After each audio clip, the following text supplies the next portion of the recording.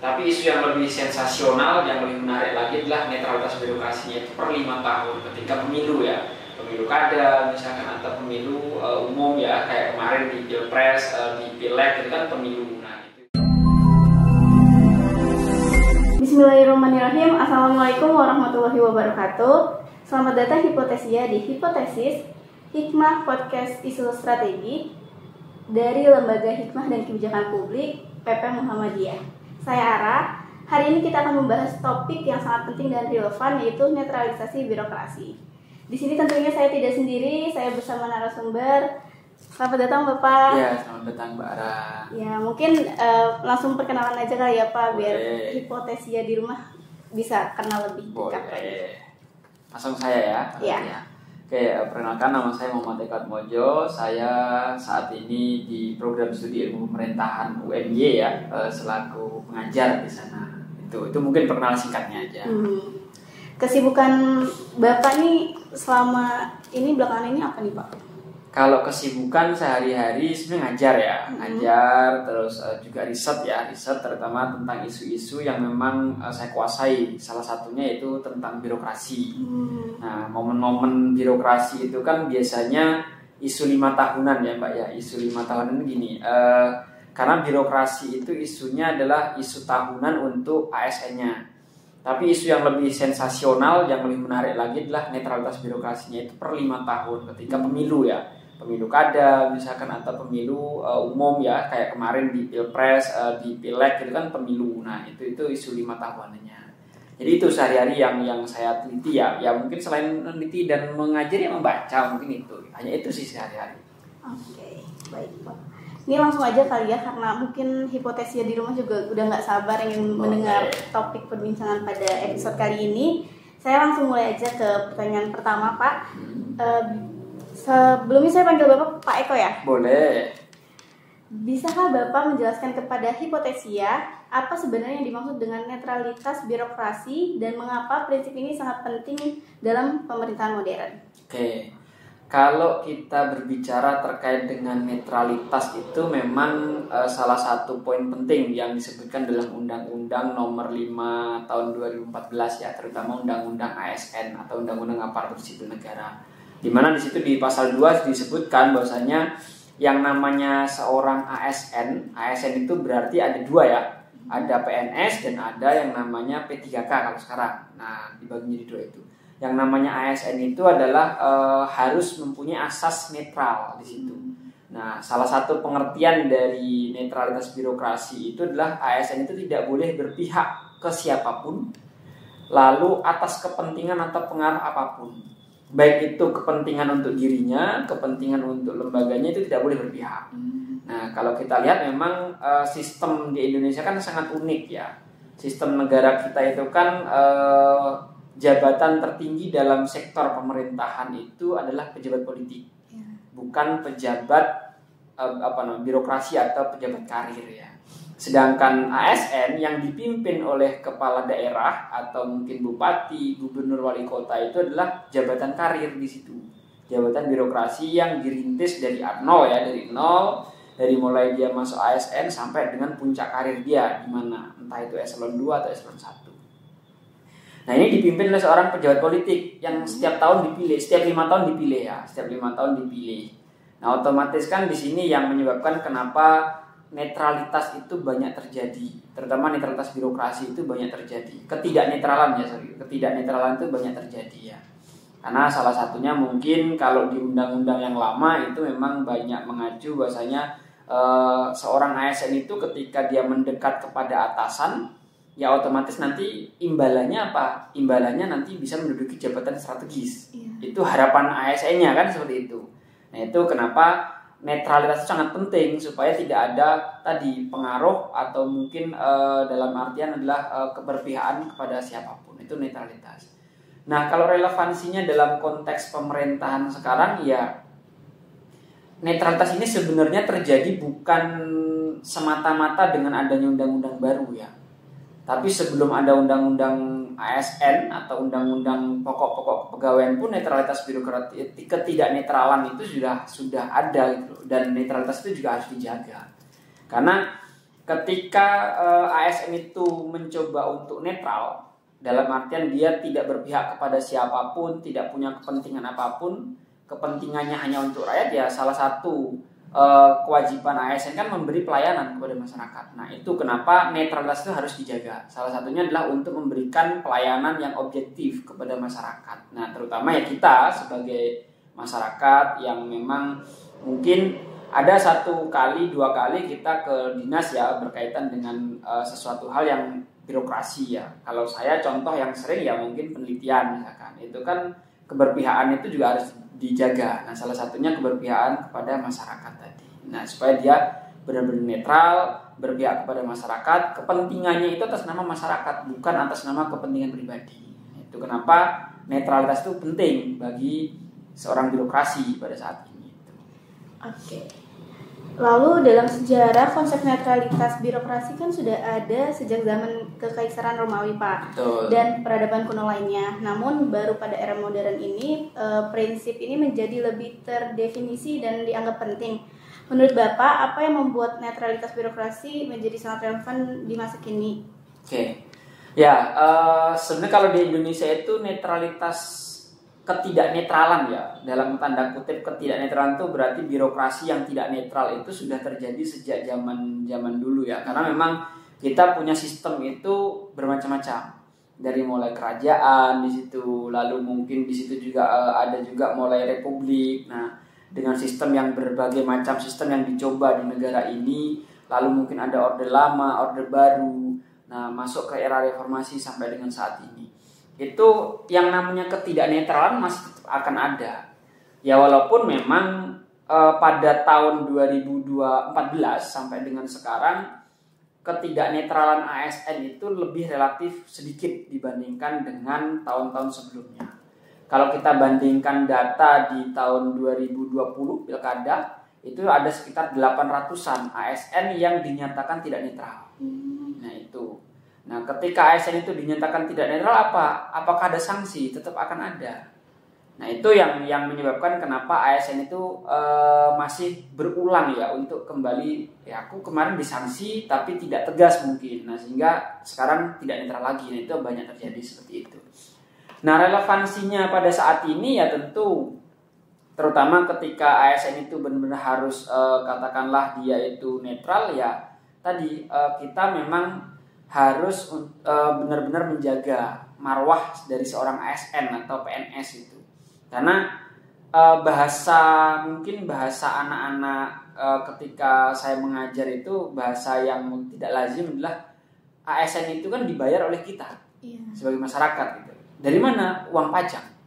Kita itu membayar pajak setiap tahun, salah satunya adalah untuk belanja pegawai. Belanja pegawai itu untuk apa? Gaji PNS atau ASN.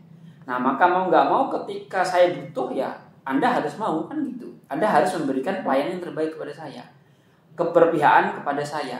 Terutama keberpihakannya dalam artian keberpihakan yang hal-hal positif ya. Di situ pelayanan publik misalkan, akuntabilitas dalam penggunaan anggaran, itu keberpihakan ASN kepada kita. Nah, itu dalam konteks kenapa sekarang dituntut. Apalagi di era milenial. Kalau memang ada ASN yang tidak netral itu sangat mudah sekarang kan. Anak-anak di era sekarang kan sangat mudah untuk menggunakan media sosial. Nah, ketika misalkan dalam era kampanye, katakanlah di situ atau mungkin di salah satu momen-momen di 2024 ini nanti ada pilkada kan. Nah, itu ketika ada ASN yang ikut dalam kontestasi kampanye, entah itu memakai seragam atau tidak memakai seragam, itu kan akan mencolok nanti. Itu yang kenapa ASN itu benar-benar harus dijaga. Karena dalam konteks hidup menjadi seorang ASN itu sebenarnya keluar rumah sampai masuk rumah diatur oleh undang-undang. Kita keluar itu sudah ada aturannya. Aturannya apa, ketika kita melanggar sanksinya apa, itu sudah ada semua. Sampai kita kembali ke rumah. Nah itu kenapa seorang ASN itu benar-benar harus netral. Karena kita hidup digaji oleh masyarakat, lalu kita itu bekerja harus bertanggung jawab kepada masyarakat. Dan posisi ketika kita itu bekerja juga diatur oleh yang namanya undang-undang. Maka mau nggak mau ya seorang ASN benar-benar harus netral, harus objektif. Dia tidak boleh tidak netral ya. Dia tidak boleh berpihak kepada salah satu paslon saja atau mungkin kepada salah satu orang saja atas kepentingan apapun, itu nggak boleh. Nah, salah satu yang diperbolehkan apa? Dia berpihak kepada kepentingan masyarakat secara universal ya. Secara universal dia harus berpihak kepada masyarakat. Salah satunya ya pelayanan publik, kan memberi pelayanan kan itu. Itu yang dilakukan seharusnya di era sekarang yang lebih relevan. Mungkin itu. Berarti sedetail itu ya untuk melihat ke netralitas birokrasi sekarang ini. Betul.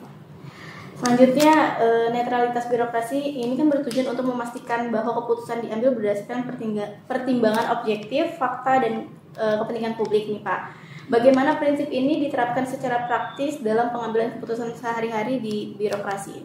Ya, kalau dalam pengambilan keputusan itu kan yang namanya ASN itu sudah bercampur ya, dalam arti gini, keputusan di negara kita itu dalam konteksnya ASN, birokrasi itu tidak bisa konteksnya hanya keputusan birokrasi. Kita harus ada konteksnya keputusan politik di situ yang terlibat ya. Karena pengambilan keputusan di dalam negara kita itu ada keberpihakan politik dan birokrasi. Ada dua sisi di sini. Nah, salah satunya ya untuk apa? Check and balances. DPRD di daerah itu juga salah satu lembaga negara yang punya kewenangan untuk mengontrol ya pemerintah dalam pengambilan keputusan, dalam pengimplementasian kebijakan atau program. Nah, itu salah satunya adalah dari DPRD itu. Nah, dalam pengambilan keputusan tentu ada beberapa hal yang perlu diperhatikan ya. Salah satunya ketika itu memang keputusannya harus bersinggungan antara politik dengan birokrasi, maka ya antara birokrasi dengan politik itu harus seimbang, terutama dalam hal pengambilan keputusan itu. Misalkan peraturan daerah ya, kebijakan-kebijakan yang secara skupnya luas. Itu kan diatur bukan hanya ASN saja yang membuat atau birokrasi saja yang membuat, tapi itu ada juga keterlibatan politis. Dalam konteks politis dirinya DPR tadi, dia akan dipaparkan mungkin di dewan ya untuk memberi masukan. Lalu mungkin di situ juga ada salah satunya terkait dengan pengambilan kebijakan atau keputusan itu juga harus melibatkan masyarakat dengan forum group discussion biasanya atau FGD dengan masyarakat dengan forum-forum tertentu. Nah, perwakilan. Nah, itu yang selalu dilakukan. Jadi pengambilan keputusannya itu dia selalu melibatkan antara pejabat politik dengan pejabat birokrat, terutama dalam dua konteks ini adalah birokrat dan DPR ya, ASN dan DPR. Itu kalau di Indonesia seperti itu. Nah, kalau untuk konteksnya pengambilan program, implementasi program, ya tentu program itu kan turunan dari yang namanya kebijakan yang dibuat oleh pemerintah. Nah, entah itu programnya itu dalam bentuk dari pemerintah pusat ke daerah, atau memang program itu prioritas di pemerintah daerah. Nah, itu juga tergantung ya nanti. Tergantung program itu dari mana. Sama halnya ketika implementasi mau dilakukan program itu ya tentu harus ada sosialisasi di situ. Sosialisasi kepada masyarakat. Intinya memberi informasi bahwasanya nanti akan ada yang namanya program A, misalkan program B dan seterusnya. Nah, itu yang selalu harus dilakukan. Jadi ASN ya ketika mengambil sebuah keputusan atau program tentu harus memperhatikan aspek-aspek tertentu. Salah satunya tadi melibatkan berbagai macam stakeholder ya, masyarakat di situ ada mungkin perwakilan tertentu ya, ada kelompok tertentu dan bahkan mungkin dalam konteks pengambilan keputusan secara besar di daerah juga melibatkan pejabat politik, salah satunya anggota dewan sebagai perwakilan dari masyarakatnya. Berarti banyak stakeholder yang terlibat ya? Ya. Berarti kalau kayak gitu kan adanya tantangan nih Pak. Salah satu tantangan terbesar apa yang perlu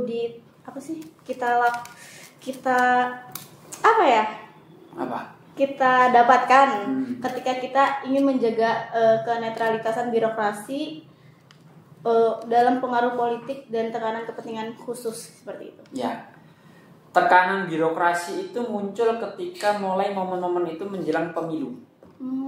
Pemilu kada.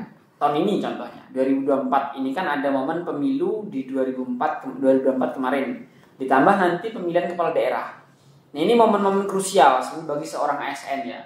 Ketika ASN itu berpihak kepada salah satu paslon incumbent misalkan atau mungkin salah satu paslon yang lain, maka itu akan berpotensi untuk menjadi tidak netral. Nah, makanya kenapa ketika menjelang pemilu itu banyak sekali aturan-aturan, bahkan surat edaran dari pemerintah pusat untuk tidak untuk ASN itu netral ya, bukan tidak, untuk ASN itu menjaga netralitas itu. Salah satunya adalah untuk menjaga kredibilitas dan akuntabilitas dalam pelayanan kepada masyarakat. Nah, pertanggungjawabannya itu yang paling pokok. Karena memang untuk kaitannya dengan netralitas ini, terutama di menjelang momen pemilu ini, banyak kasus yang sudah terjadi ya. Di 2020 contohnya itu ada 800 kasus ASN. Dan tantangannya bagi seorang ASN itu kalau menurut saya adalah karena posisinya adalah ASN itu harus menjaga netralitasnya, yang memang dia harus jaga secara benar-benar konkret ya, supaya memang benar-benar netralitas ini terjaga dengan baik. Nah, tantangan bagi mereka adalah ketika ada calon-calon tertentu yang mendekat. Nah, ini kan tantangan bagi mereka. Bagaimana apakah saya harus ikut? Ketika ikut mungkin akan ada salah satu mungkin ada salah satu iming-iming dan lain sebagainya, atau mungkin saya tetap harus menjaga. Nah, ketika kita tetap harus menjaga, ya ada resiko di situ. Salah satu resikonya apa? Kalau kita mau menjaga tidak ikut dengan katakanlah incumbent yang mencalonkan diri lagi, ya resiko kita salah satunya adalah kita mungkin terlempar ketika incumbent itu jadi kepala daerah kembali ya. Nah, itu tantangan yang terbesar. Bagaimana dia bisa menjaga dan dia berani untuk yang namanya netral, dan akhirnya dia terpental dari lingkaran yang mungkin ya kalau di daerah mungkin dari posisinya adalah dia di dinas bisa dimutasi ke daerah yang lebih terpencil, kan seperti itu. Tantangan ASN banyak sekali. Tapi kalau konteksnya ASN itu benar-benar harus netral, itu juga sulit bagi mereka. Apalagi di era-era yang sekarang ya, di era-era sekarang ini. Yang namanya netralitas itu kan hanya tertulis ketika ASN itu tidak ada di dalam surat SK. Entah itu sebagai tim sukses misalkan atau apapun. Nah, itu kan sulit. Ketika itu terjadi ya dia dinyatakan tidak netral. Tapi kalau dia itu tidak ada dalam SK, dia hanya mendampingi calon incumbent untuk salah satu program, itu juga kategori netral. Padahal juga bisa jadi program yang dijalankan itu adalah untuk memobilisasi massa. Kan kita nggak tahu itu. Makanya tantangan ASN itu bagaimana memisahkan, selain tadi ya dia harus berani untuk terpental dari jabatan yang sekarang atau posisi sekarang, bagaimana dia juga harus bisa memisahkan mana ini program kepentingan untuk incumbent yang harus nyalon lagi, atau ini kepentingan benar-benar program yang belum dilaksanakan. Itu yang masih abu-abu sebenarnya. Jadi seolah-olah kalau incumbent itu kan punya kekuasaan leluasa.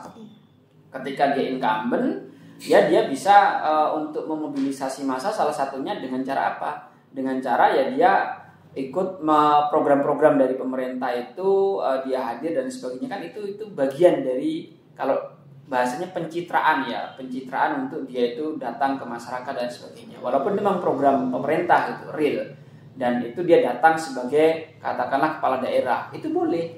Tapi sebagai ASN-nya kan harus memilah. Ini programnya ada masukan dalam tanda kutip adalah ada penyusup atau enggak. Penyusup di sini ya program ini disusupi untuk nanti dia maju lagi atau murni dari pemerintah untuk masyarakat. Nah, itu yang sulit. Agak krusial juga ya tantangannya itu. Selain adanya tantangan kan juga pasti adanya ancaman nih Pak. Nah, korupsi kan sering kali menjadi ancaman serius terhadap netralitas birokrasi ini. Apa saja indikasi bahwa netralitas birokrasi telah terpengaruhi oleh korupsi, dan bagaimana kita bisa mengidentifikasi masalah ini lebih awal, Pak? Ya, kalau yang dinyatakan bahwasanya ASN itu tidak netral itu juga bisa masuk KKN. Itu kan ada berbagai macam, ada korupsi, kolusi, dan nepotisme. Nah, ketika misalkan saya punya seorang kolega atau mungkin seorang saudara yang memang menjadi kepala daerah dan saya mendekat untuk mensukseskan walaupun di balik layar, itu juga salah satu bentuk nepotisme kan, seperti itu. Asas kekeluargaan, bukan karena asas preferensi, bukan karena asasnya adalah asas kompetensi. Nah, kalau sekarang itu sudah mulai ya di undang-undang yang baru itu kan dibentuk bahwasanya untuk ASN itu ketika dia mau menduduki jabatan-jabatan tertentu dia harus didukung dengan asas kompetensi.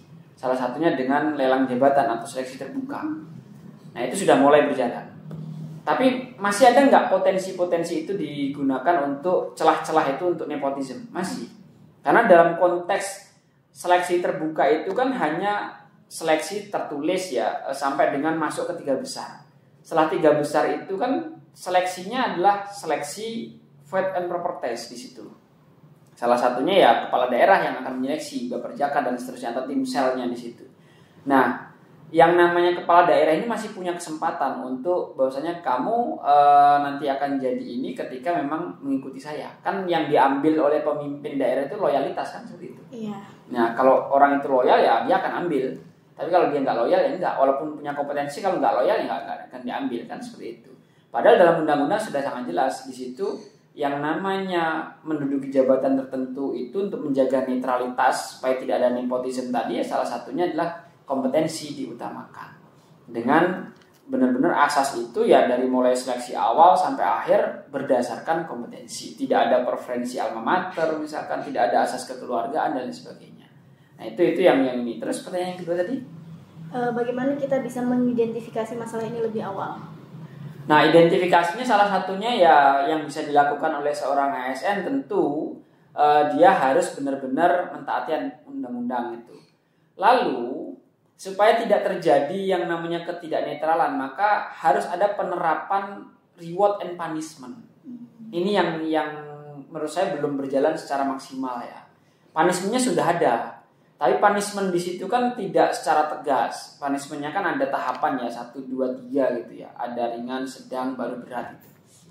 Nah, seharusnya ketika ada ASN yang dinyatakan tidak netral, ya dia di punishment dengan kategori yang langsung berat. Sehingga itu akan menjadi efek jera bagi ASN yang lain.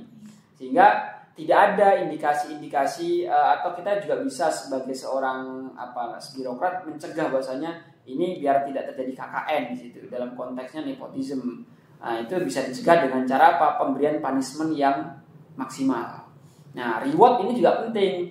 Ketika memang reward itu bukan berarti remunerasi saja, tapi reward itu dalam artian ada penghargaan-penghargaan yang lain yang bisa diberikan kepada ASN oleh pemerintah daerah. Nah, dalam bentuknya ya macam-macam kan di situ ada rewardnya. Tentu yang reward ini tidak melanggar aturan kan seperti itu. Misalkan ASN yang dinyatakan netral itu diberi reward apa. Nah, itu kan seharusnya menjadi momentum yang baik ya ketika ada punishment yang kuat, ada reward yang diberikan bagi ASN yang benar-benar dia menjaga netralitasnya ya itu akan menjadi contoh yang baik bagi semua ASN. Tapi kalau itu tidak dilakukan ya sama saja, apalagi punishment-nya hanya teguran misalnya. Iya. Ya itu akan berulang terus. Ya setiap tahun ketika pemilu ya akan berulang ASN tidak netral. Berarti langkah konkret yang akan dilakukan oleh pemerintah ya salah satunya memberikan punishment ke ya, ASN yang tidak netral dan memberikan achievement reward. Ya, seharusnya itu yang dilakukan ya. Punishment-nya ya punishment yang maksudnya yang berat ya, tidak punishment yang ringan itu. Entah itu demosi misalkan penurunan jabatan atau mungkin penundaan kenaikan pangkat dan sebagainya, itu kan reward punishment yang menurut saya sangat berat. Nah, bagi ASN kan yang dicari adalah ketika saya menjadi ASN ya karir kan gitu. Puncak karir kan gitu. Jadi karir A ke satu ke tempat yang lain terutama untuk naik golongan pangkat dan sebagainya. Nah, ketika itu diterapkan untuk ketika ASN itu tidak netral ya mungkin bisa lebih bagus terutama untuk menjaga asas netralitas birokrasi bagi ASN. Selanjutnya, pertanyaan selanjutnya itu ada lembaga-lembaga pengawasan memiliki peran yang sangat penting dalam menjaga netralitas birokrasi. Bisakah Bapak menjelaskan bagaimana lembaga-lembaga ini dapat diperkuat untuk menjalankan tugas mereka dengan lebih efektif lagi? Ya, di negara ini sudah ada dua lembaga negara yang punya peran untuk menjaga asas netralitas birokrasi. Yang pertama adalah Bawaslu dan yang kedua adalah Komisi Aparatur Sipil Negara. Nah, tapi konteksnya Bawaslu di sini dia tidak punya kewenangan lebih lanjut untuk menindaklanjuti ASN yang tidak netral. Kan itu kelemahannya Bawaslu ketika menemukan ada ASN di daerah A tidak netral. Dia bisa ngapain? Dia hanya bisa melaporkan saja. Sedangkan Komisi Aparatur Sipil Negara juga sama. Ketika dapat laporan dari masyarakat, mungkin ada aduan dan sebagainya, misalnya ada ASN di daerah A itu tidak netral, ya dia hanya bisa mendata, hanya bisa menyampaikan itu kepada kepala daerah atau mungkin dalam konteks di sini adalah Badan Kepegawaian Daerah ya, BKD itu. Nah, yang bisa memberi sanksi siapa di situ? Ya daerah masing-masing. Terutama ya kalau daerah kan ada kepegawaian di situ ya, ada bidang kepegawaian ya, ada badannya, ada BKD. Nah, itu yang bisa memberi sanksi. Nah, kelemahannya memang di situ, dua lembaga negara yang punya peran penting dalam konteks pemilu untuk menjaga asas netralitas ini, tapi perannya hanya sebatas menyampaikan informasi. Seharusnya dia diberi akses untuk punishment kan itu. Terutama Komisi Aparatur Sipil Negara ya, seharusnya dia diberi akses untuk sampai dengan punishment, memberikan punishment kepada ASN yang benar-benar tidak netral. Nah, kalau saran saya tentu ada revisi undang-undang, terutama penambahan kewenangan, penajaman dan penambahan kewenangan bagi dua lembaga ini, supaya benar-benar ketika dua lembaga ini diberi kewenangan yang lebih, terutama dalam konteks pengawasan netralitas birokrasi, ya dia bisa melakukan dengan baik dan dia bisa memberikan punishment, kan itu yang harus dilakukan sebenarnya.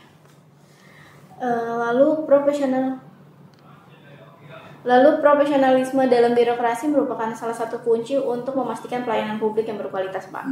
Bagaimana kita bisa mendorong profesionalisme ini di berbagai level pemerintahan? Salah satu cara mendorongnya ya kita menjaga netralitas tadi. Dengan kita seorang ASN itu menjaga netralitas, kita itu netral, tidak berpihak kepada siapapun, ya kita akan bisa menjaga yang namanya akuntabilitas pertanggungjawaban kita kepada masyarakat, terutama dalam hal pelayanan publik. Karena kalau kita itu tidak netral kan pasti akan ada kepentingan-kepentingan lain di situ. Misalkan karena saya berpihak kepada si A, nah orangnya si A ini meminta pelayanan akan saya dulukan dibandingkan dengan orang yang sudah mengantri. Kan itu contoh kecilnya. Jadi seharusnya ya kalau kita itu ingin menjaga ritme pelayanan yang baik, ya kita harus menjaga netralitas birokrasi tadi. Dengan kita menjaga itu ya otomatis akuntabilitas kita bisa dipertanggungjawabkan, terutama dalam konteks menjaga asas netralitas dan pelayanan itu juga bisa tetap dilakukan. Tadi kan juga udah disebutkan contoh kecil dari pelayanan profesional untuk netralisasi birokrasi. Kan juga ada beberapa kasus-kasus yang sudah terjadi nih, Pak. Nah, dalam beberapa kasus netralitas birokrasi dapat bentrok dengan kebijakan politik yang sah dari pemerintah yang terpilih. Bagaimana birokrasi dapat menavigasi konflik ini tanpa kehilangan netralitasnya? Kalau cara menavigasinya ya tentu kan ASN itu diatur oleh undang-undang dan peraturan yang lain ya. Salah satu cara menavigasinya ya kita mengikuti rule-nya yang sudah ada. Aturan main yang sudah dijalankan atau mungkin aturan main yang sudah ada itu yang harus dilakukan dengan baik. Jangan melanggar aturan ini itu.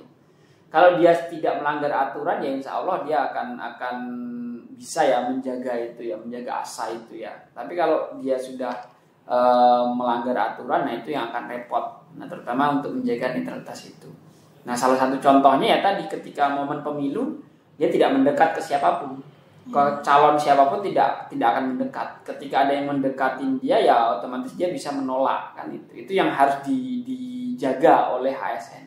Tapi itu juga hal yang bukan mudah sebenarnya bagi seorang ASN ketika dia benar-benar menjaga asas pemilu itu menjaga asas netralitas itu bukan hal yang mudah. Karena kan ketika saya incumbent, saya itu mencalonkan diri lagi, sedangkan Mbak Ara misalkan adalah seorang ASN, saya mendekat ke Mbak Ara itu untuk minta bantuan ABC itu kan atas nama perintah rule-nya ya. Nah, tetapi konteks yang lain perintah yang diberikan itu apakah ada perintah yang melenceng dari program? ketika itu ada yang melenceng dari program kan itu sudah mungkin bukan asasnya bukan netralitas lagi. Nah itu yang sebenarnya sulit bagi ASN. Karena ya saya akuin ya ASN itu kan hanya bisa diperintah, dalam artian dia atasan memerintahkan A sesuai dengan aturan ya dia akan jalankan. Tapi kalau posisi misalkan mungkin ada juga ASN-ASN yang konteksnya adalah dia mendekat kepada calon A, calon B dengan iming-iming akan mendapatkan imbalan, itu kan juga ada. Nah, walaupun dalam undang-undang itu ditegaskan tidak diperbolehkan seharusnya. Nah, itu yang akan sulit. Nah, menurut saya itu ya yang menurut saya salah satu caranya navigasinya dia benar-benar harus mengikuti aturan. Aturan yang sudah ada, undang-undang ASN yang sudah ada itu yang benar harus diikuti. Walaupun memang itu tidak mudah. Itu harus benar diikuti. Oke, baik. Masuk gak sih suara-suara ini? Di break dulu nih. Nanti dipotong. Masih lewat nggak? Udah. Ini pertanyaan terakhir Pak. Oke, selanjutnya ini ada pertanyaan terakhir Pak. Bisakah Bapak berbagi pandangan tentang masa depan netralitas birokrasi di Indonesia? Lalu apa saja langkah-langkah yang perlu diambil untuk memastikan bahwa prinsip ini tetap dijaga dan diimplementasikan dengan baik? Kalau pandangan saya pribadi tentu kita harus mempertegas yang namanya pemisahan pejabat karir dengan pejabat politik. Pejabat karir itu birokrasi di sini. Jadi yang menentukan nasib karir birokrasi ini bukan pejabat politik, dalam hal ini adalah kepala daerah. Nah, tugas dari kepala daerah itu hanya sekedar pembinaan saja, bukan pengangkatan. Pengangkatan siapa? Ya seharusnya yang mengangkat dan memindahkan serta yang lainnya itu adalah pejabat karir. Birokrasi yang paling tinggi di daerah itu kan sekretaris daerah. Ya. Seharusnya yang mempunyai kewenangan untuk mengangkat, memindah atau mungkin bahasanya kalau yang ini mempromosikan dan memutasi itu adalah sekretaris daerah. Sedangkan pejabat politik dalam konteksnya adalah kepala daerah itu hanya mempunyai kewenangan membina saja. Ketika ada ASN yang katakanlah dia butuh binaan, jadi dia harus dibina untuk menjaga supaya ASN ini tetap bisa memberikan pelayanan publik kepada masyarakat, kan itu. Nah itu yang memang harus dilakukan. Tentu untuk melakukan dua hal ini akan ada perombakan undang-undang ASN. Nah di dalam undang-undang itu harus dipertegas, kan itu harus dipisahkan, berarti kewenangan dari yang namanya pejabat pembina kepegawaian itu apa, lalu pejabat karir itu apa. Nah strukturnya ini agak panjang memang. Kalau itu bisa dilakukan, saya rasa konteks netralitas itu bisa lebih bagus ya, bisa terjaga marwah asas dari netralitas birokrasi itu. Karena tidak ada kesinggungan tidak ada kesinggungan antara ASN birokrasi dengan pejabat pembina kepegawaian tadi, kepala daerah tadi. Nah sedangkan konteksnya kepala daerah kan per 5 tahun ganti. Ya. Nah inilah yang menyebabkan kenapa ketika saya menjadi kepala daerah baru, ya orang-orang ini misalkan tidak loyal atau mungkin menurut saya ini tidak bagus kinerjanya gitu. Nah itu akan bisa saya mutasi setelah 6 bulan saya dilantik. Padahal udah ada aturannya emang itu. Boleh melakukan mutasi promosi itu 6 bulan. Tapi menurut saya ketika 6 bulan kita menjabat sebagai pejabat baru kepala daerah itu tidak punya kewenangan untuk memindah atau memindah, mempromosikan dan memutasi itu nggak menurut saya nggak penting. Karena yang namanya ASN ketika sudah menempati posisi di situ dia otomatis dia udah punya kompetensi. Nah dia harus dilihat dulu. Yang mempunyai kewenangan untuk melihat ini siapa ya, pejabat di tingkat itu yang paling tinggi di birokrasi. Sekretaris daerah kan yang menilai. Nah sedangkan pejabat pembina kepegawaian atau dalam hal ini kepala daerah dia hanya menerima laporan kinerja dari kepala dinas A, B, C ini seperti apa. Dia harus membina kan, bukan memindahkan. Itu yang harus dilakukan. Dan berarti ada perombakan undang-undang ASN ya yang dilakukan. Kalau saya itu yang perlu dilakukan ketika memang benar-benar asas netralitas ini mau dijaga ya. Jadi harus ada pemisahan antara kewenangan yang diberikan kepada P3K dengan kewenangan dari sekretaris daerah. Jadi ada pemisahan itu. Nah, supaya clear pejabat karir ASN itu ya nginduknya kepada sekretaris daerah, walaupun program dari kepala daerah tetap dijalankan. Tapi yang menentukan karir dia itu adalah sekretaris daerah, bukan pejabat dalam hal ini kepala daerahnya. Gitu. Luar biasa sekali ya Pak perbincangan diskusi kita pada hari ini, pada episode hari ini. Sekiranya cukup untuk Hipotesia mendengarkan podcast pada episode ini. Terima kasih banyak Pak Eko atas wawasan yang sudah diberikan. Jadi Hipotesia ini jadi banyak wawasan yang kita ambil tentang netralisasi birokrasi ini.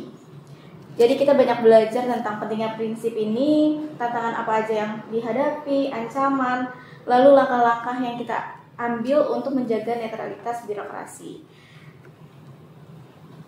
Hipotesia yang ingin mendalami topik ini bisa terus pantau episode-episode selanjutnya. Terima kasih sudah menonton. Wassalamualaikum warahmatullahi wabarakatuh. Waalaikumsalam.